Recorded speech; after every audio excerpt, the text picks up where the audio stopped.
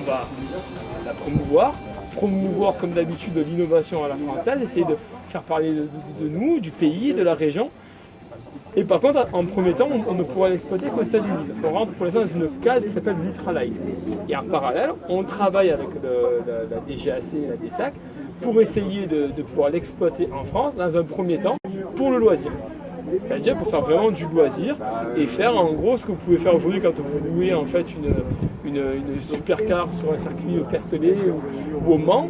Vous faites 6 tours de Lamborghini ou 6 tours de Ferrari, là vous pourrez, dans un an, même pas, faire 6 tours de voiture volante.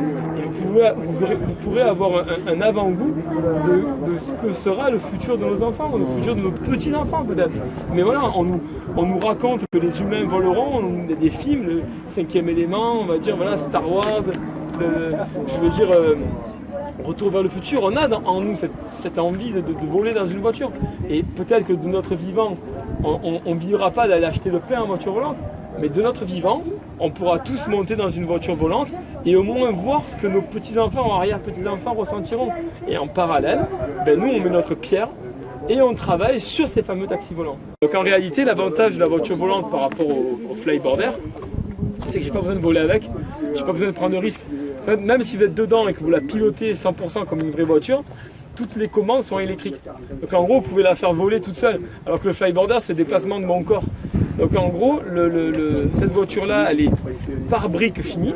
Il ne reste plus que l'autorisation pour assembler des briques et assembler toutes les briques.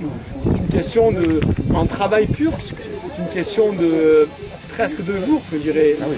Mais les autorisations, c'est une question de semaines, voire encore quelques mois. Mais voilà, la voiture volante est prête, une voiture qui est destinée pour être exploitée dans le loisir.